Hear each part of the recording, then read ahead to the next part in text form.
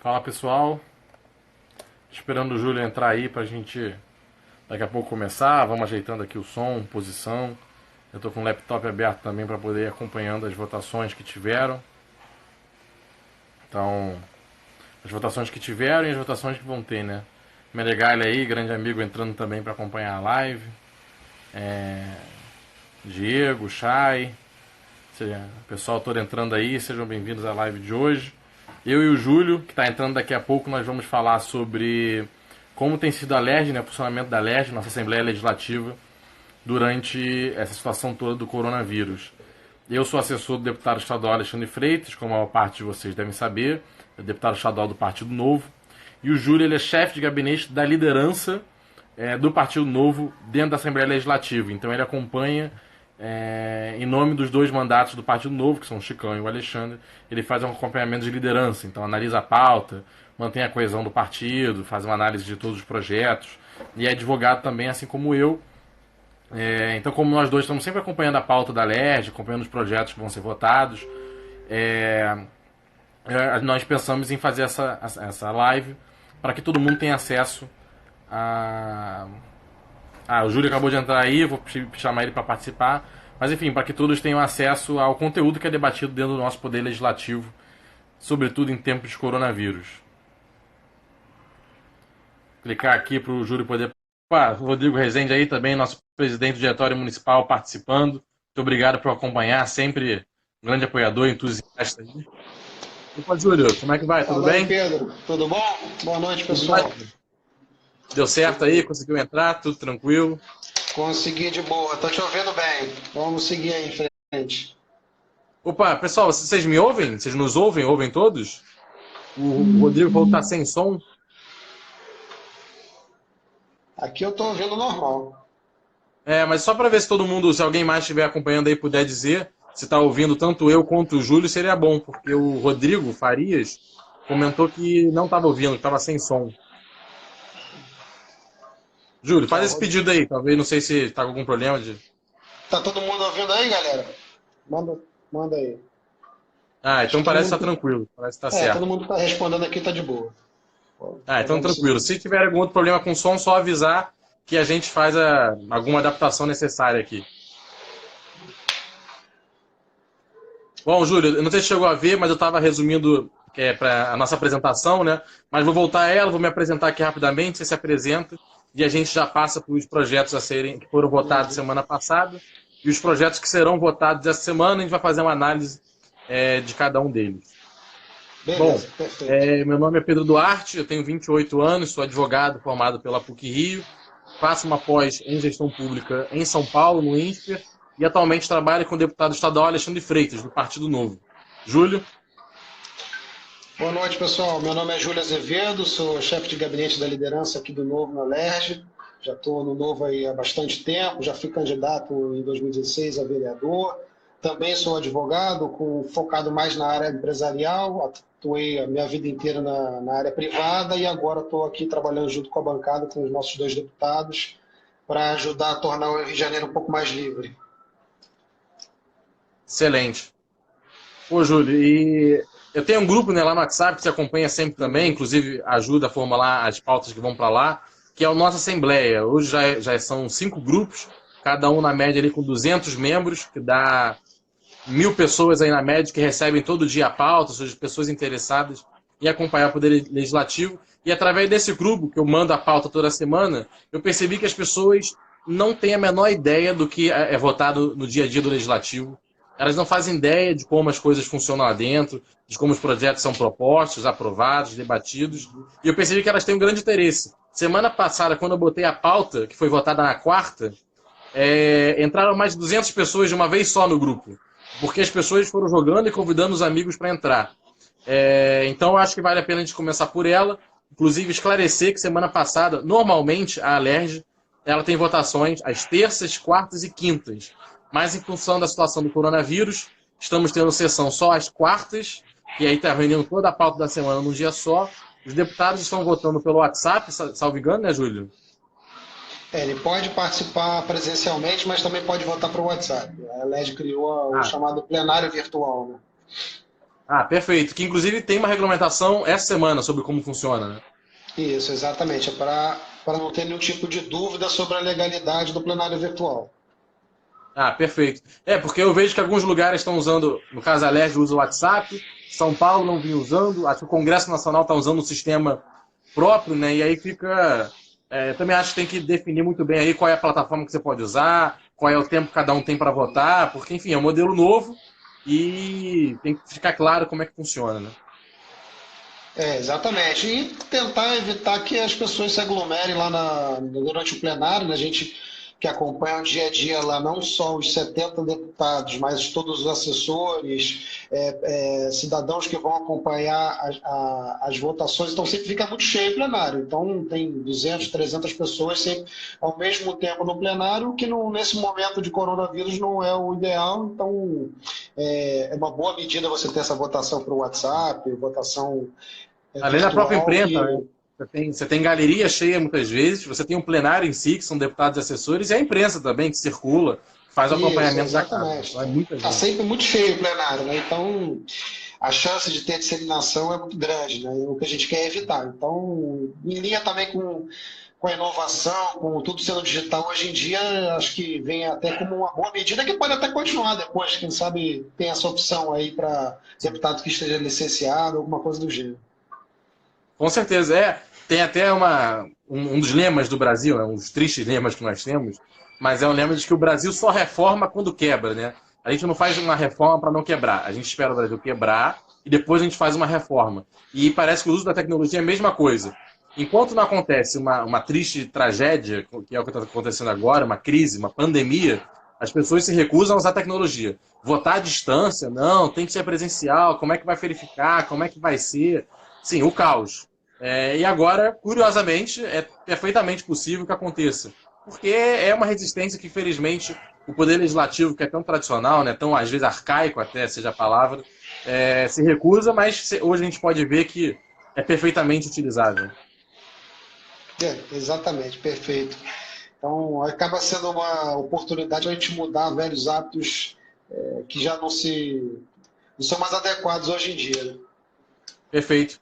E, salvo engano, eu acho que não teve nenhum deputado estadual confirmado ainda com coronavírus, né? Não, não. A gente recebeu a informação que alguns fizeram o teste, até nosso próprio deputado Alexandre Freitas, né, aí fez o teste, mas não tem ninguém com sintomas, até onde eu sei, nem assessor, nem deputado, então acho que está todo mundo aí se cuidando, todos que podem estar em quarentena e os que precisam estar presencialmente em alguns momentos, sempre fazendo da maneira mais adequada possível, se mantendo distância, sem tocar em objetos em comum. Então, até então, não tem ninguém confirmado com coronavírus. Sim, perfeito. O Alexandre mesmo, que é o deputado que eu trabalho, né, deputado do Partido Novo, ele fez não por causa de sintomas, mas porque ele esteve em contato com pessoas que deram positivo, contato no mesmo ambiente, numa sala, até que tinha bastante gente, mas esteve razoavelmente próximo, então melhor se anteceder, né, se precaver, e fez, mas ele não estava com sintoma nenhum, felizmente deu negativo aí, e nenhuma notícia de nenhum deputado que esteja, até porque, assim como o Senado e a Câmara dos Deputados, boa parte dos deputados ali são mais idosos, né, são senhores. Tá. Então, se espalha ali, infelizmente seria uma fácil contaminação, se pessoas são do grupo de risco. Né? Tem um pessoal fazendo algumas perguntas, você quer responder algumas delas e a gente entra na pauta? O que você acha melhor?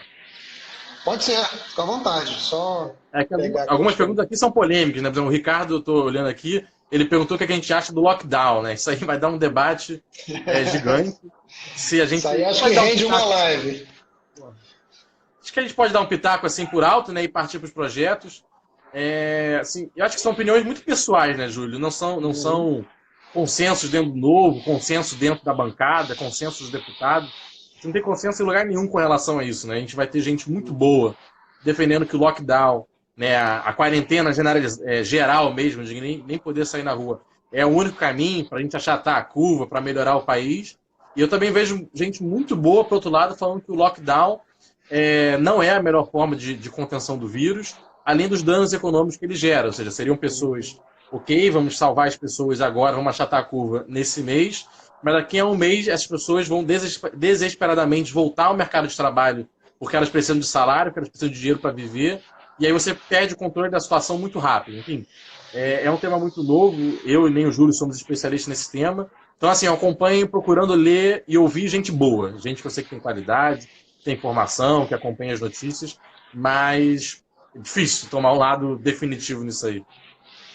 Sem dúvida, sem dúvida. Acho que ninguém tem uma resposta certa para esse momento. Todas as análises que eu tenho lido, não só aqui no Brasil, mas no mundo inteiro, ela nunca trata de dados concretos, porque eles não existem ainda. Na verdade, ninguém tem uma comprovação da eficácia dos procedimentos médicos e tampouco do impacto da economia. O que nos, na verdade, o que nos resta, todas as pessoas envolvidas na tomada de decisão, local ou nacional ou mesmo global, de que tem que ser reanalisado dia após dia. Então, a gente não tem muito como fugir dessas regras. A cada dia que passa, a gente analisa a forma como a curva de crescimento dos novos casos está, como a economia tem reagido e daí toma decisões novas. Então, assim, na verdade, não tem uma bala de prata ainda. Tomara que tenha em breve uma vacina ou algum medicamento que, de fato, como eu tenho apontado aí, talvez a gente esteja próximo de ter algum medicamento nesse sentido, mas e tentando analisar o impacto que a economia está sofrendo, que sem dúvida vai ser uma grande crise. Acho que essa parte já é consenso, já se fala até talvez a maior crise da história da humanidade, mas a gente tem que sempre ponderar, porque a gente está tratando de vidas humanas, né, do outro lado. Né? Então não tem como Sim. pensar só no lado econômico. Não, perfeito, concordo 100% contigo. É isso aí, temos que ponderar o lado econômico, o lado da vida das pessoas, até porque no fim a economia é feita de pessoas também, então a gente não consegue sair, não tem como sair muito disso. Bom, vamos entrar aqui nos projetos que foram votados semana passada, a gente até conversou antes, eu e o Júlio, para a gente alinhar a pauta, salvo engano, semana passada foram 10 projetos diretamente relacionados com o coronavírus que foram aprovados, e nós destacamos 3 aqui que achamos mais relevantes. Um deles foi o PL 1999 de 2020, que proíbe o aumento sem justa causa dos preços de produtos e serviços enquanto durar o plano de contingência para o novo coronavírus. Esse é um debate que acontece sempre que nós temos uma crise muito grande, né? Seja quando a gente vê lá fora que tem um terremoto, maremoto, vendaval, tufão, ou quando a gente tem enchentes aqui no Rio de Janeiro, sempre tem algum produto em específico que começa a faltar e ele começa a aumentar de preço. Mesmo aqui hoje na crise no Rio de Janeiro, a gente teve a crise da água alguns 2 meses atrás, e a água também subiu muito de preço, começou a faltar, e aí sempre tem esse debate. E aí, pode aumentar o preço ou não pode aumentar o preço? É legítimo ou não é legítimo aumentar o preço? E eu queria ouvir um pouco a opinião do Júlio e vou dar o meu pitaco também. Esse talvez tenha sido o projeto mais polêmico que a gente se deparou na semana passada. Inclusive, a liderança, quando fez a primeira análise do projeto, depois passou para as equipes, a gente sugeriu que ele fosse alterado. Os nossos deputados, inclusive, se manifestaram. O Chicão, que estava presente no plenário, se manifestou contrário à questão do controle de preços, porque, por mais que, é claro que a gente se incomode, a reação natural da população contra o aumento desenfreado de preços em momento de crise é natural, mas, por um outro lado, a gente sabe, já há um consenso dentro da academia econômica de que controle de preços ele gera escassez, o resultado ele acaba sendo pior, muito pior daquilo que se espera. Então você busca controlar para que todos possam comprar, adquirir aquele produto, e você acaba gerando um problema maior do que se imaginava. Então a gente tentou intervir nesse projeto. Houve um debate muito rápido na LERJ, alegando de que o aumento ele só seria impedido em caso só seria permitido em caso de justa causa, então haveria ali uma flexibilização. O problema é você definir o que é justa causa, né? Então é um termo que é muito complicado de estabelecer numa legislação. A verdade é que hoje esses preços eles vão retroagir desde 1º de março, ou seja, todos os preços que subiram ao longo de março, antes mesmo do início da crise do coronavírus, eles já vão ter que ser reduzidos. se essa lei se ela for cumprida, então já vão ter que, vamos supor que um produto em início de março custava R$ 5, no final de março estava custando 6, ele vai ter que retroagir e passar a custar 5, independente do custo, do aumento de custo do produtor, do transporte do vendedor. Então esse ponto acaba sendo ignorado. Então a gente entende que isso daí atrapalha mais do que ajuda, mas o debate nesse momento na LERJ está sendo muito, muito rápido, pouco tempo para se discutir, e aí todas as projetos acabam passando como se fosse um trator. Nós entendemos, só descer um pouco aqui, nós entendemos a urgência dos temas, né? E por isso, às vezes, a ideia é aprovar rápido, mas ao mesmo tempo a gente também não pode aprovar na afobação sem olhar os projetos. Tentando explicar um pouco por que às vezes o aumento do preço ele é justificável, né? Porque acontece. Como o Júlio falou, muitas vezes existe aumento dos custos. Então, talvez muitas empresas estejam, por exemplo, procurando álcool industrial para poder produzir, poder fazer uma produção maior de álcool em gel. Enfim, ou seja, não a indústria, a fábrica na ponta final que produz álcool em gel. O álcool industrial, anteriormente, na cana, etc. Você vai ter muito mais gente procurando álcool em gel para comprar na ponta na farmácia. Então as empresas anteriores vão começar a disputar a compra de álcool para poder produzir o álcool em gel. E aí você vai ter aumento de um preço que é um insumo para você produzir o álcool em gel. Isso vai refletir no preço final do próprio álcool em gel. Talvez a cana vire e fale, poxa, as indústrias de cana, né? Não me vale mais a pena eu vender para o etanol, vender para fazer álcool, para fazer etanol, porque a indústria da farmácia está me pagando mais. Então eu deixo de mandar o álcool para a indústria do combustível e passo a mandar o álcool para a indústria da farmácia. E isso é importante de ter esse controle de preços para que a gente possa sinalizar para esse cara, tipo, olha, nós queremos mais esse álcool sendo usado na farmácia do que nós queremos ele sendo utilizado no posto de combustível.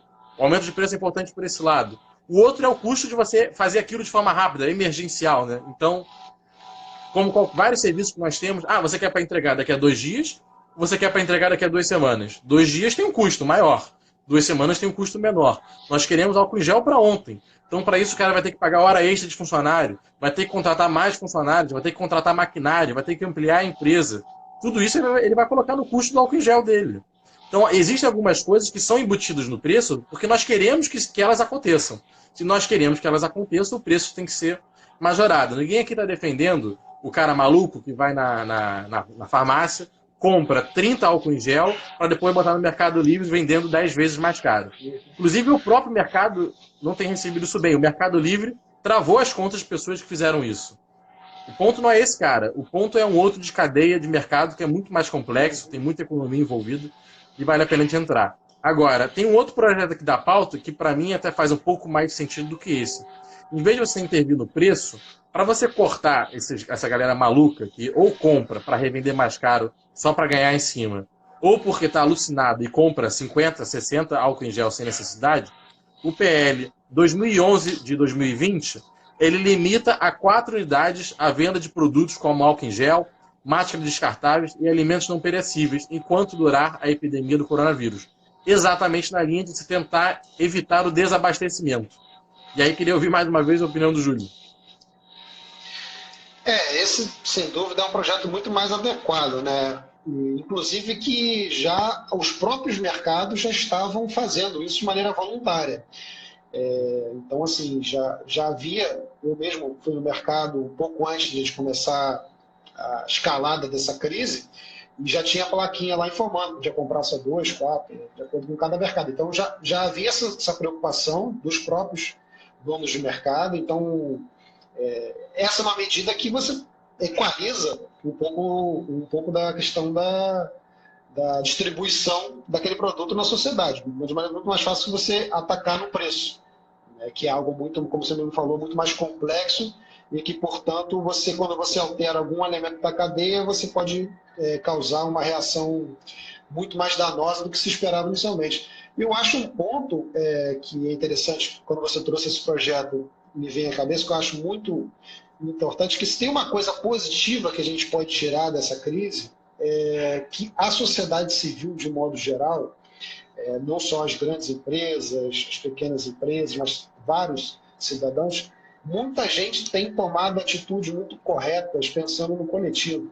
Então, fica a mensagem, na verdade, para o legislativo, para o executivo, de que não necessariamente é preciso ter uma lei para determinar que as pessoas façam o correto. Então, assim, a própria sociedade ela já busca melhores caminhos, como, por exemplo, a Ambev, que começou a produzir álcool em gel, empresas que doaram para fundos, e diversas ações aí que ao longo da semana a gente foi recebendo de cada um podendo fazer de uma forma. Então, ao invés de a gente pensar em produzir essas leis que impactam negativamente a sociedade, ou quando não impactam nada, não servem para nada, é melhor a gente deixar que a sociedade, que o mercado vá se regulando e o poder público ele atua em casos pontuais. É evidente que vai existir excesso, é evidente que vai existir equívocos, abusos, isso é normal, e aí sim o poder público pode se fazer presente, não atuar de uma maneira generalizada,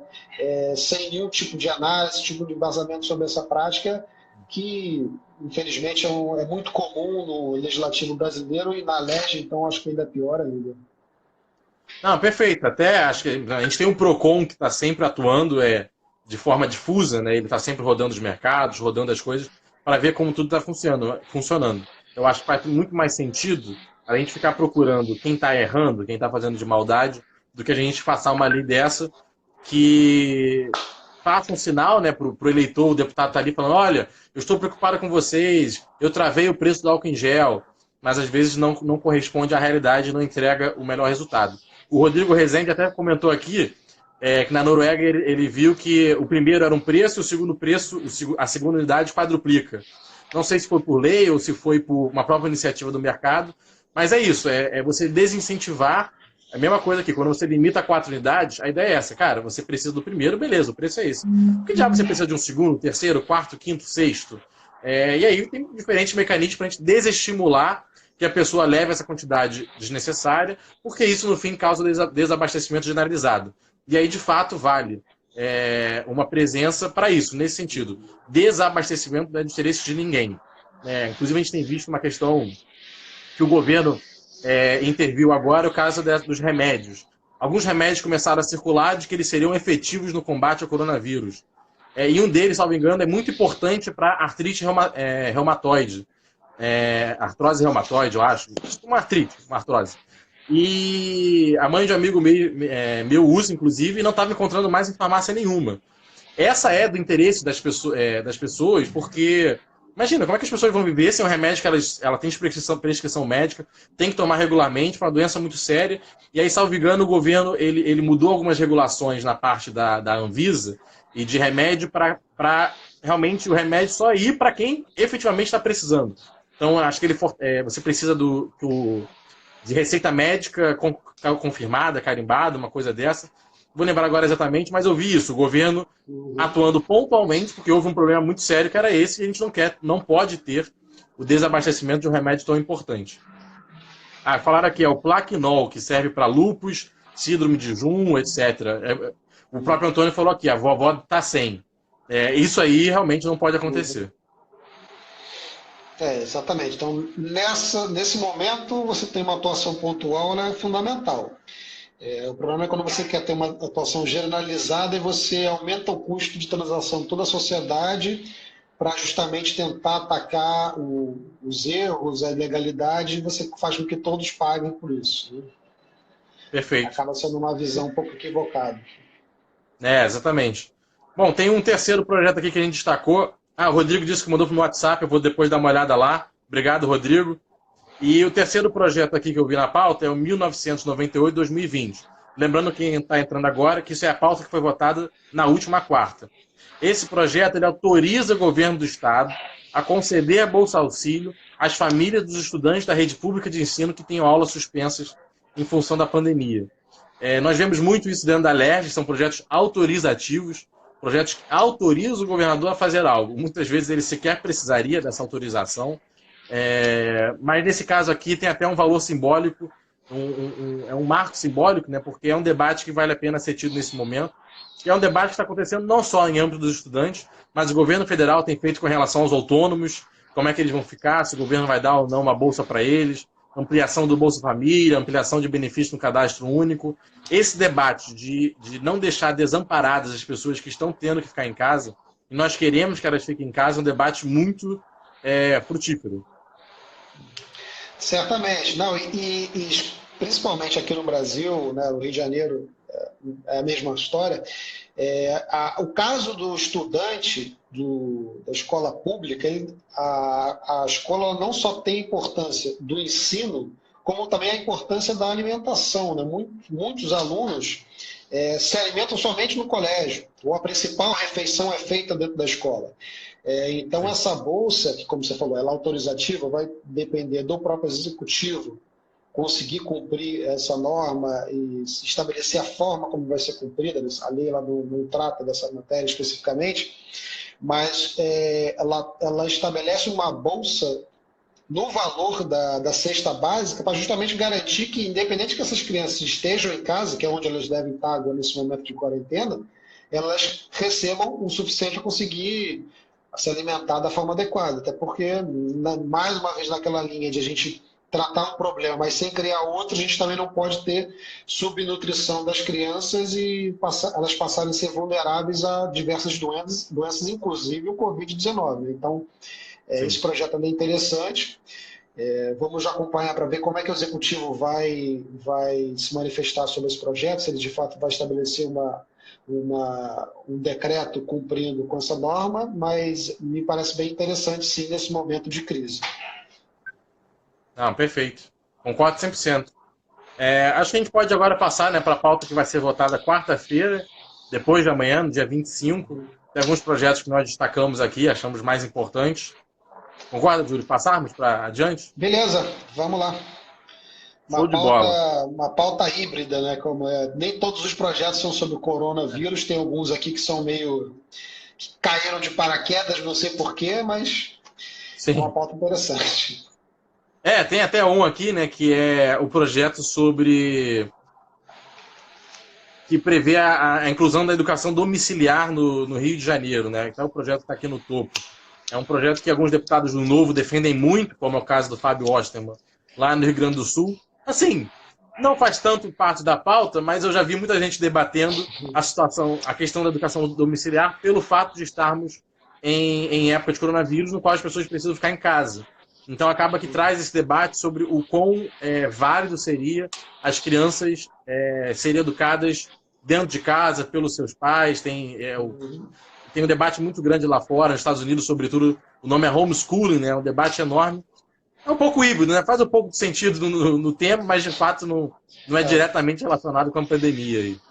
Provavelmente foi pedido pelos próprios autores do projeto, que são vários aí, pelo que eu estou vendo aqui, uma lista de uns 10 deputados que assinaram esse projeto, que é um projeto que é exatamente igual ao projeto do Fábio Osterman lá no Rio Grande do Sul, e deve ter pedido para inserir na pauta justamente por conta do momento da discussão de que todas as crianças estão estudando em casa, né? Então pode ser interessante para esse debate. O único ponto que eu considero negativo nessa história, sem entrar no mérito do homeschooling, mas sim que eu acho que a gente não tem tempo hoje o suficiente para debater esse projeto.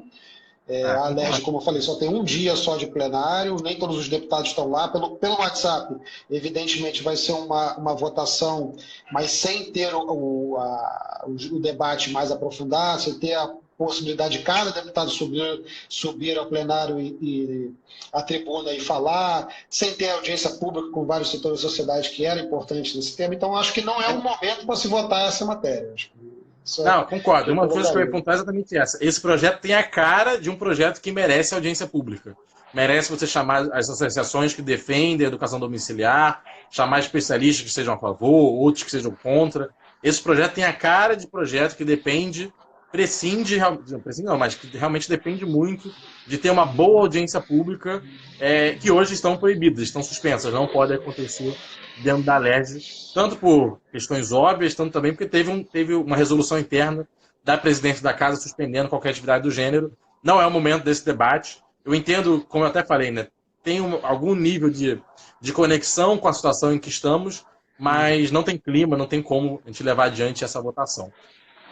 Um projeto aqui, aproveitando que a gente está falando de educação, tem um projeto do 2036 de 2020, que é do Ferreirinha, que é, inclusive, um deputado que a gente faz muita coisa junto, é um cara jovem, super a favor da renovação política, e que é muito focado na pauta da educação. Junto com o Sérgio Fernandes, que é primo, salvo engano, do secretário de Educação, o Pedro Fernandes. É primo ou irmão? Não lembro agora, acho que é primo, né? Então, naturalmente, tem um trâmite muito grande da pauta, dentro da pauta, com os próprios secretários. E o André Siciliano, que é presidente, também é coautor. É um projeto que dispõe sobre plataforma de educação à distância para alunos da rede estadual de ensino durante as medidas de enfrentamento do Covid, né, do coronavírus. As medidas são autorizativas, porque no final cabe ao executivo definir como será prestada a educação, mas acho isso. Até você colocou aqui na recomendação, na posição da liderança, total pertinência esse debate, total pertinente que o legislativo, de alguma forma, demonstre sua posição com relação a ele. Hoje nós vemos várias universidades que têm estrutura, que têm mais investimento, fazendo isso, começando a desenvolver aulas online, porque não pode parar, né? A vida não pode parar. A minha pós em gestão pública lá no INSPER, as aulas vão ser online, já estão definidas. Eu recebi hoje notícias que a PUC-Rio está voltando às aulas já no modelo razoavelmente online. E é isso, a gente não quer que as pessoas percam um semestre, percam um ano letivo, porque o Estado não foi capaz de oferecer alternativas com toda essa tecnologia que temos à disposição. Exatamente. Eu acho que mais uma medida que também cabe, no caso aqui, a Secretaria de Educação avaliar a possibilidade de implementação. Certamente eles devem estar já analisando essa matéria por conta do Covid, mas aí entra na lista de coisas que talvez fiquem para a posterioridade, que vem em bom momento. E certamente não vai ser utilizado 100% das aulas. Eu acho que o objetivo nem é esse dos autores do projeto, colocar a criança 100% no EAD, mas também que seja uma plataforma, somente nesse momento do Covid, na verdade, mas no futuro que seja uma possibilidade adicional de aula. Imagina, o aluno está em casa, ele ainda tem também mais aulas que ele pode assistir e aprender cada vez mais. Então, é muito, muito interessante esse projeto. Tomara que a Secretaria de Educação se debruce sobre essa futura lei, provavelmente vai ser aprovado, e que, de fato, isso vire realidade no Rio de Janeiro, né? A gente vê diversos exemplos de educação aí, Brasil e mundo afora, que vão na linha de investir mais em tecnologia, mais inovação. Então, eu acho muito positivo isso. Não, concordo 100%. Até estava vendo aqui os comentários. O Spinelli, né, comentou aí, o Brasil precisa de gente como vocês, continue bom trabalho. O Spinelli é um grande amigo também, filiado ao Partido Novo, já foi candidato.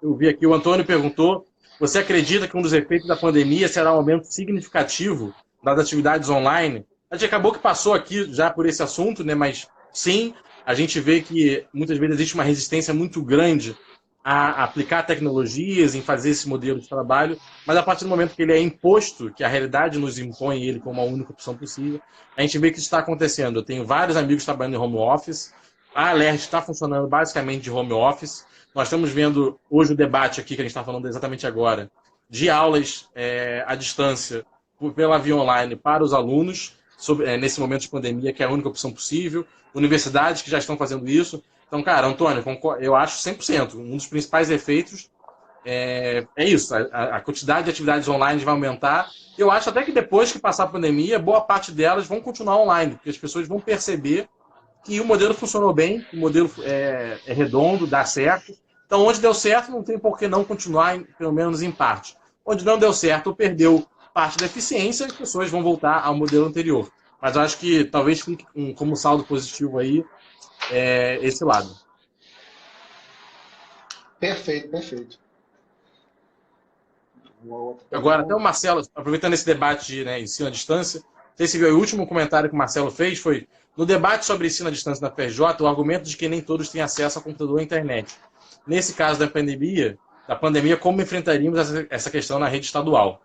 Esse debate, se o Júlio quiser dar um pitaco, eu estou falando pra caramba aqui. Sem dúvida é um desafio, Marcelo. E é um desafio que hoje a gente não consegue solucionar para essa crise do Covid-19, que certamente não tem condições de prover essa tecnologia de imediato para os alunos, mas pensando numa medida a longo prazo, certamente a gente tem que pensar em soluções de equipamento de tecnologia para os alunos, seja através de biblioteca, seja através do uso do celular, que a verdade hoje é que as classes mais pobres possuem em grande quantidade aparelhos celulares com acesso à internet, então pensar em medidas de solução nesse sentido, mas não é uma coisa fácil, sem dúvida. A gente ainda está muito atrás nesse aspecto. Não, é isso, concordo 100%. Não dá para ignorar que uma parcela não tem acesso ao conteúdo, não teria acesso ao conteúdo através desse modelo. Eu acho que é isso, é pensar formas de incluir essas pessoas para dentro. Hoje, planos de celular, como você falou, muita gente tem celular, muita gente tem internet, inclusive classes menos favorecidas, mas existe uma parcela que não tem, talvez seja mais fácil o Estado resolver a vida dessa parcela que não tem, através, talvez, de pagar um plano de forma temporária durante a pandemia, ver se o modelo pode ser reproduzido em celular, qualquer tipo de celular, enfim. Mas o que também não dá para a gente ignorar é falar, beleza, tem uma parcela que não tem, então vamos passar aí 6 meses sem oferecer nenhum tipo de conteúdo aos alunos. Eu acho que não é bom para ninguém. Até o Fabrício, o Fabrício Scudin está comentando aqui bastante crítico com relação a isso. E está fazendo bastante crítica, está pontuando bastante. Fabrício, concordamos, o EAD, né, o ensino à distância, tem as suas dificuldades, sobretudo se ele quiser ser implementado assim, do nada. Né? Uma das coisas que a gente defende é exatamente isso, que ele venha a ser preparado, porque isso pode vir a acontecer em outros momentos, em outras realidades. Outros países, seja por serem mais ricos, já por terem implementado isso, ou por estarem acostumados com crises, né? O Brasil, felizmente, graças a Deus, aí, não está habituado a ter terremoto, crises muito grandes, então, no geral, nossa vida segue tranquila, mas outros países que estão acostumados com esse tipo de problema já desenvolveram esses sistemas. Eu acho que é essencial que a gente desenvolva, porque também a gente não pode simplesmente virar e deixar as pessoas perderem o semestre, perderem o ano, porque nós não fomos capazes de oferecer alternativas. Perfeito. Vamos passar direto. Você queira destacar, Júlio? Eu vi que tem um aqui, que é um pouco mais elaborado, que é o 2050-2020. E diante do surto do coronavírus, a medida se impõe como fundamental para poder liberar crédito para pequenas e médias empresas sem a submissão prévia à aprovação de uma comissão, que seria o CPPDE. Se puder falar um pouco mais sobre, hoje, uma das coisas que eu mais tenho sido questionado por quem me segue, por quem me acompanha, é sobre linhas de crédito nesse momento tão difícil que o empreendedor está ficando sem capital de giro para conseguir manter o negócio funcionando aí no meio dessa crise. Bom, sem dúvida, acho que os dois maiores desafios que a gente tem, não só Rio de Janeiro, Brasil, é a questão da manutenção dos empregos e a questão de manter as empresas girando, tendo capital, conseguindo aí sobreviver mesmo sem ter faturamento, tendo faturamento muito reduzido. E recentemente o governo do estado mesmo apresentou uma série de medidas visando salvar essas empresas que provavelmente estarão em situação de risco muito em breve. Já se fala de estudos aí de empresas que vão fechar em 30 dias, sem faturamento, coisas do gênero, então a situação é muito preocupante. E o governo estudou a possibilidade de utilizar a AGRI, que é a Agência de Fomento do Estado, que é uma espécie de BNDES aqui do Rio de Janeiro, pequeno, mas é a mesma proposta, utilizar a AGRI para fornecer crédito para as pequenas e médias empresas, algo que o AGRI já faz. Hoje, para você receber esse crédito, você precisa ir na rede bancária conveniada, os bancos Saúl, Bradesco, todos eles fazem, e esse crédito passa por uma avaliação de um conselho que vai avaliar o impacto dessa empresa na sociedade, vai avaliar diversos indicadores lá para conceder. O que o governo fez foi basicamente duas medidas. Ele, primeiro, tirou da mão do Conselho essa avaliação, ele pré-aprovou todos os créditos, então vai facilitar com que esse dinheiro caia na mão, de fato, do empreendedor, do pequeno e médio empreendedor, podendo ser um valor de, salvo engano, 5 milhões de reais de crédito. E ele ampliou a quantidade de empresas que podem receber esse crédito, de acordo com o faturamento. Antes a gente só tratava de micro e pequenos negócios, agora a gente está tratando de negócios um pouco mais robustos, que faturam 50, 100 milhões de reais, então passaria a ser atendido por essa linha de crédito. É uma tentativa que o governo vai no sentido de injetar capital nas empresas do Estado, que já estão passando por uma dificuldade, muito antes, na verdade, do Covid. A situação econômica do Rio de Janeiro, ela já, desde 2014, desde 2015, já vem numa espiral decrescente. O Brasil começou a retomada de crescimento, a retomada de geração de emprego. O Rio de Janeiro ainda estava no negativo, então chega uma crise nova e a situação se piora mais ainda. Então, essa medida eu acho que é muito interessante. Essa lei, ela, na verdade, ela não cria essa categoria de empréstimo, ela simplesmente autoriza o executivo a fazer aquilo que já tinha proposto por uma necessidade de lei. Essa lei, no caso, precisava ser autorizada pelo legislativo. Então, esse projeto ele é uma articulação entre o governo do Estado e a LERJ, que é um bom exemplo de como é que a política tem que funcionar, principalmente em períodos de crise. Então, esse projeto acho que é muito interessante nesse sentido. Perfeito. Até hoje eu fiz um post sobre, né? Meu pai é comerciante, tem uma loja de flores na CADEG há 35 anos. E uma situação, né, que são dois pontos principais. 52% dos empregos no Brasil são gerados pelas pequenas e microempresas, que são exatamente a realidade do grande comércio no Brasil. E esse comércio, ele vem de uma crise já muito longa, de 2013, 14, 15, 16, 17. Então, quem sobreviveu está com duas situações. Uma margem de lucro apertada, no geral, né? Isso no geral, tem gente que tem exceção, claro, mas eu conheço fulano, regra. Está com uma margem de lucro apertada, tem notícias com relação a isso. E outro, está sem capital de giro. O cara teve que queimar capital nos momentos mais difíceis da crise para continuar sobrevivendo. E agora, com a recuperação que vinha, ele ia começar a formar esse capital. A JP Morgan fez um estudo nos Estados Unidos. As empresas, essas micro e pequenas empresas, elas têm em média capital para aguentar 27 dias injetando dinheiro na empresa, numa empresa fechada. 27 dias nos Estados Unidos. Imagina quantos dias nossas empresas aguentam só com o capital de giro que elas têm guardado. É isso, a situação é alarmante. E por isso, uma das principais demandas que nós recebemos é sobre crédito para os micro e pequenos empreendedores. Bom, passando o próximo ponto aqui, tem a medida, o projeto de resolução 397/2020, que a gente já comentou dele hoje mais cedo, que é aquele que regulamenta, estabelece, autoriza a existência do plenário virtual, que é esse modelo em que os deputados podem votar à distância, sem precisarem estar presencialmente reunidos. Uhum. É o famoso plenário virtual que veio agora em momento de necessidade, né? Mas que já valeu na semana passada, né? Até foi numa situação emergencial, né? Para dar um pouco mais de segurança jurídica, para não ter nenhum tipo de questionamento acerca dos projetos aprovados. Exatamente. Tem um outro projeto aqui, que é o 2006-2020. Tem vários autores, Caiadinho, Márcio Pacheco, Rodrigo Amorim, Capitão Paulo Teixeira, mas que ele obriga as empresas concessionárias de transporte público a disponibilizar álcool em gel nas estações e composições em função da questão do coronavírus. Salvo engano, as próprias concessionárias já vinham implementando isso. Eu acho que hoje boa parte do transporte não está funcionando, mas nós também vemos outro transporte, que boa parte do transporte está funcionando e está lotado. Hoje passou, acho que no RJTV1, os BR-3 estão lotadíssimos. Essa daí é mais uma daquelas medidas que é para provar aquilo que já está sendo feito, né? O executivo já tinha determinado via decreto o uso desse álcool gel em diversos estabelecimentos e também de transporte. As concessionárias também já tinham se mobilizado para tentar solucionar esse problema, então não havia nenhuma necessidade de você ter um projeto de lei que fosse nesse sentido, até porque o legislativo, nessas horas, não é o canal adequado, não só por questão de competência do ponto de vista constitucional, como também pela velocidade que o legislativo necessariamente funciona, né? Então, mas é importante, sem dúvida nenhuma, a questão do álcool gel nas estações.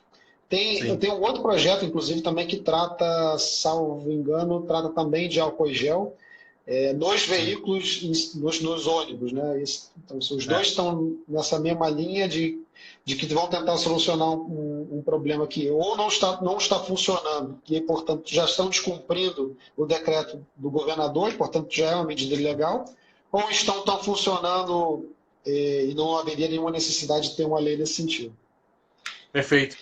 E eu acho que até para a gente fechar aqui, tem um último projeto, que é o 2017-2020, que é do Flávio Serafino, do PSOL, que eu acho particularmente bem interessante, porque a medida ela vai em linha com um programa apresentado pelo governo federal na preservação de saúde dos colaboradores do poder público, porque ele estende a possibilidade de teletrabalho, ou seja, trabalho à distância, né, teletrabalho é o trabalho à distância, aos terceirizados, ou seja, para que os servidores públicos e também os terceirizados do governo possam trabalhar à distância e, ao mesmo tempo, também ter essa carga horária reduzida. Eu acho excelente, mas acho que está faltando a gente entrar numa discussão aqui, que é uma discussão dura, difícil, mas eu acho muito importante. O governo federal está aprovando a medida, está querendo aprovar, que você permita a redução da carga horária do trabalhador da iniciativa privada, mas também reduza o salário, para que as empresas consigam aguentar. A gente tem debatido a redução da carga horária, ou teletrabalho, né, o trabalho à distância, do servidor público, mas não estamos debatendo a redução dos seus salários. Porque nessa situação que está, na minha opinião, a elite do funcionalismo público continuar ganhando 20 mil para mais, 15 mil para mais, eu acho que cabe todo mundo fazer um esforço, deveria haver um grande pacto nacional, né, para que todo mundo faça sua dose de sacrifício, para que a gente tenha dinheiro, capacidade de investimento, o que hoje importa e é urgente, que é a saúde. Não, eu acho que, no geral, não, no caso da redução do salário, não é o caso dos terceirizados, que nós sabemos que normalmente são trabalhadores de uma renda menor, que ganham bem menos, então, no geral, seriam mais protegidos, mas nesse sentido de reduzir a carga horária e reduzir o salário, eu falo dos funcionários públicos que ganham lá de 10 mil para mais. Queria ouvir a sua opinião também, Júlio. Não, concordo 100%. Mas quando a gente fala sempre de problema da questão do serviço público, evidentemente que a gente não está falando primeiro de uma maneira generalizada, muito pelo contrário, o serviço público é fundamental, há milhões de servidores que merecem todos os aplausos, mas sim dos grandes salários que estão totalmente fora de realidade com a iniciativa privada e que muitas vezes tem um poder muito grande, poder político, para evitar que o debate não caminhe nesse sentido de redução de salário, de reestruturação administrativa e tudo isso que, inclusive, o governo federal tem tratando. E, assim, o governo, semana passada, enviou uma análise do cenário fiscal do Rio de Janeiro, dizendo que o Covid-19 impactaria em 10 bilhões na arrecadação do Estado. Então, provavelmente, se o governo informou 10 bilhões, a gente já pode imaginar que vai ser um pouco mais. E, na verdade, é que a gente nem sabe tanto por conta como eu falei, os números eles são muito voláteis. Mas ainda que a gente pegue como premissa o impacto de 10 bilhões do Covid-19, já aqui na arrecadação do Estado de Janeiro, e considera que os royalties de petróleo vão ter uma queda significativa em razão da redução do preço de petróleo, é possível que a gente trabalhe com um cenário aqui no Estado de que em alguns meses já não tenha mais capital para pagar salário. Considerando que a gente está em regime de recuperação fiscal, a gente também não consegue captar recursos com a União, nem outras medidas de mais endividamento. Então o cenário é catastrófico. E considerando que a LERJ já aprovou para esse ano um orçamento que previa 10 bilhões de déficit. Ou seja, a gente já estava previsto, antes de tudo isso acontecer, já estava previsto 10 bilhões de prejuízo no orçamento do Estado do Rio esse ano. Vieram dois fatos gigantes. A bomba do coronavírus, que vai impactar diretamente na nossa economia, e essa queda brusca, drástica, no valor do barril do petróleo, que afeta diretamente o que nós arrecadamos de royalties. E aí nós não vemos a elite do funcionalismo se colocando, entrando nesse debate também. E, obviamente, a gente fala aqui de quem está tendo sua carga horária reduzida. Não estamos falando, por exemplo, dos médicos, que estão trabalhando 2, 3 vezes mais do que normalmente trabalham. Não estamos falando dos policiais, que hoje estão patrulhando mais ainda as ruas para garantir a ordem nesse momento, né, que vai ser muito difícil, que temos por vir. Estamos falando de categorias que hoje estão trabalhando à distância, estão com carga horária reduzida e que poderiam, né, deveriam entrar nesse pacto de redução dos seus salários. Mas, enfim, esse é um debate muito importante aí que a gente tem pela frente. Não é um debate aqui da LERJ, mas é um debate que vai passar aí pelo governo federal. Espero que a Câmara, o Congresso, entre nele. Exato. E só para complementar, Pedro, que foi uma grande medida, parabenizar a equipe aí do pessoal do Renan Ferreiris, fizeram um levantamento sobre todos os fundos estaduais, fundos do TCE, fundos da própria LERJ, fundo do TJ, tudo mais, que tem cerca de 1,7 bilhões de reais que está parado lá simplesmente, e que o Alexandre aí também campou a tentativa de fazer com que esses fundos sejam usados para o combate do Covid-19. Então, assim, a verdade é que esses órgãos têm um orçamento inchado, ano após ano eles arrecadam, eles recebem esse recurso via repasse do executivo e não gastam uma parte desse recurso, joga nos fundos, e agora esses fundos lá estão parados, então só o TJ tem 1 bilhão de reais praticamente, então também seria interessante aí a população cobrar para que esse dinheiro seja utilizado no combate do Covid-19, que é o que a gente precisa nesse momento. Então, não faz o menor sentido que existam esses fundos ainda até hoje. Não, perfeito, isso aí, os 3 poderes alinhados no combate ao coronavírus. Júlio, te perguntar se tem mais alguma coisa aí que você queira, algum outro projeto que você queira pontuar. Eu acho que exaurimos aqui as pautas.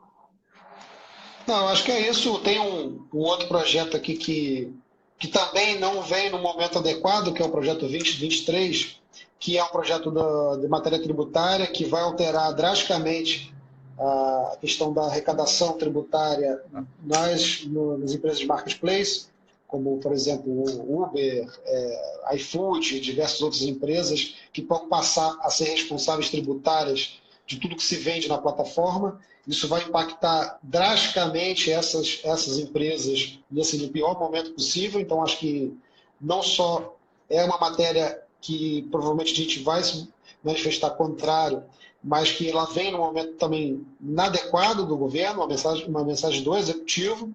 Não tem tempo de debate suficiente para uma matéria tão complexa como essa, e que pode afetar aí todas essas plataformas que não só todo mundo usava antes, agora então iFood a gente está todo mundo usando aqui diariamente, né? O Uber caiu muito, né? O que eu tenho lido é que a demanda por Uber caiu mais ou menos pela metade.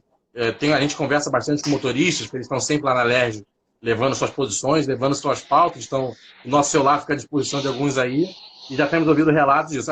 O Uber caiu muito, mas, por outro lado, os aplicativos dispararam, os outros, né? iFood, o próprio Uber Eats acaba sendo uma opção, mas é isso, é outro projeto que tem a cara de uma audiência pública e não pode ser aprovado assim a toque de caixa numa situação como a gente está hoje. Exato, perfeito. Então, acho que é importante todo mundo acompanhar aí a pauta da LERJ, por mais que a gente saiba que tem projetos aí que incomodem muito a gente olhar, de não poder fazer nada, mas é importante que a população participe, cobre de todos os deputados também, que vote da maneira adequada, e isso vai ser fundamental aí para que a gente também possa sair um pouco mais fortalecido dessa crise. Perfeito. Júlio, acho que chegamos aí aos 55 minutos de live, quase 1 hora, tempo ideal. Queria te agradecer aí pelo tempo, pelo debate, por todo o trabalho feito e pela amizade de sempre. Estamos conversando aí quase todos os dias. Muito obrigado, acho que foi excelente. E nos colocamos sempre à disposição para quem quiser continuar a debater, ou quem quiser tirar alguma dúvida. Conheço muito bem o Júlio, é sempre muito solícito. Quem quiser procurar está à disposição, tenho certeza. Estou me antecipando aqui por ele. Mas eu também estou sempre à disposição para vocês precisarem. E vamos encerrar aí, levar adiante. Júlio, encerra aí com as suas palavras. Beleza, Pedrão. Com certeza estou à disposição no que precisar, tiver qualquer dúvida aí. E se quiser fazer outras lives, conta comigo. Importante ajudar aí na divulgação de como funciona o legislativo. E também espero que essa crise passe o mais rápido possível, que as pessoas possam acompanhar o nosso trabalho também lá na LERJ, e no que a gente puder ajudar, conta com a gente e vamos seguindo em frente. Perfeito, show de bola. Obrigadão, Júlio. Uma boa noite aí. Grande abraço. Boa noite a todos. Abraço. Boa noite a todo mundo. Muito obrigado a quem acompanhou aí.